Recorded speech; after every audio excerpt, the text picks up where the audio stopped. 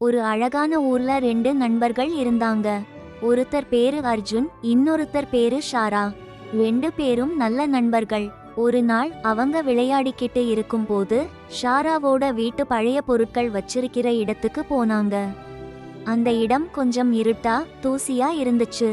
அர்ஜுன் அந்த கம்பளத்தை தொட்டு பார்த்தான். அது ரொம்ப மென்மையா இருந்துச்சு. ஷாராவும் அதை ஆச்சரியமா பார்த்தா. திடீர்னு அந்த கம்பளம் லேசா அசைய ஆரம்பிச்சது. அர்ஜுனும் ஷாராவும் ஒருத்தரை ஒருத்தர் பார்த்துக்கிட்டாங்க. அவங்களுக்கு என்ன நடக்குதுன்னே புரியல. அடுத்த நிமிஷமே அந்த கம்பளம் மெல்ல தரையில இருந்து உயர ஆரம்பிச்சது. அர்ஜுனும் ஷாராவும் பயப்படாம ஒருத்தரை ஒருத்தர் கை பிடிச்சுக்கிட்டாங்க. அந்த மந்திர கம்பளம் அவங்களை மேல ஆகாயத்துக்கு கூட்டிட்டு போச்சு.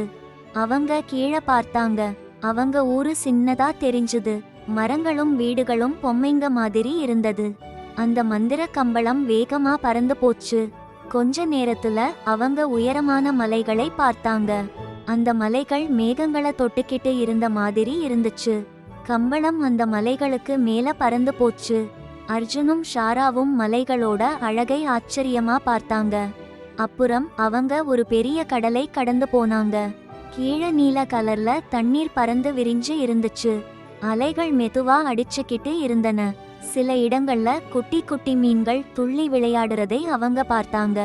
அதுக்கப்புறம் அந்த மந்திர கம்பளம் அவங்களை ரொம்ப வினோதமான ஒரு இடத்துக்கு கூட்டிட்டு போச்சு. அது என்ன தெரியுமா? மிதக்குற தீவுகள். அங்க சில தீவுகள் வானத்துல மிதந்துக்கிட்டு இருந்துச்சு. அங்க வித்தியாசமான செடிகளும் பறவைகளும் இருந்தன. அர்ஜுனும் ஷாராவும் அந்த அதிசய உலகத்தை வாயடைச்சு போய் பார்த்தாங்க. இந்த மாதிரி அந்த மந்திர கம்பளம் அவங்களை பல இடங்களுக்கு கூட்டிட்டு போச்சு. அழகான காடுகள், பெரிய ஆறுகள், விதவிதமான நிலப்பரப்புகள்னு அவங்க நிறைய புது விஷயங்களை பார்த்தாங்க. உலகத்துல எவ்வளோ அழகு இருக்குன்னு அவங்க புரிஞ்சுக்கிட்டாங்க. இந்த பயணம் அவங்களுக்கு ரொம்ப சந்தோஷமா இருந்துச்சு. புது இடங்களை பார்க்கிறதும் நண்பர்களோட சேர்ந்து பயணம் பண்றதும் எப்பவுமே இனிமையானதுதானே. கொஞ்ச நேரம் கழிச்சு அந்த மந்திர கம்பளம் மெதுவா அவங்களோட ஊருக்கு கொண்டு வந்து விட்டுச்சு. அர்ஜுனும் ஷாராவும் அந்த பயணத்தை எப்பவுமே மறக்க மாட்டாங்க. ஏன்னா அது ஒரு அற்புதமான மந்திர கம்பள பயணம். நன்றி, வணக்கம்.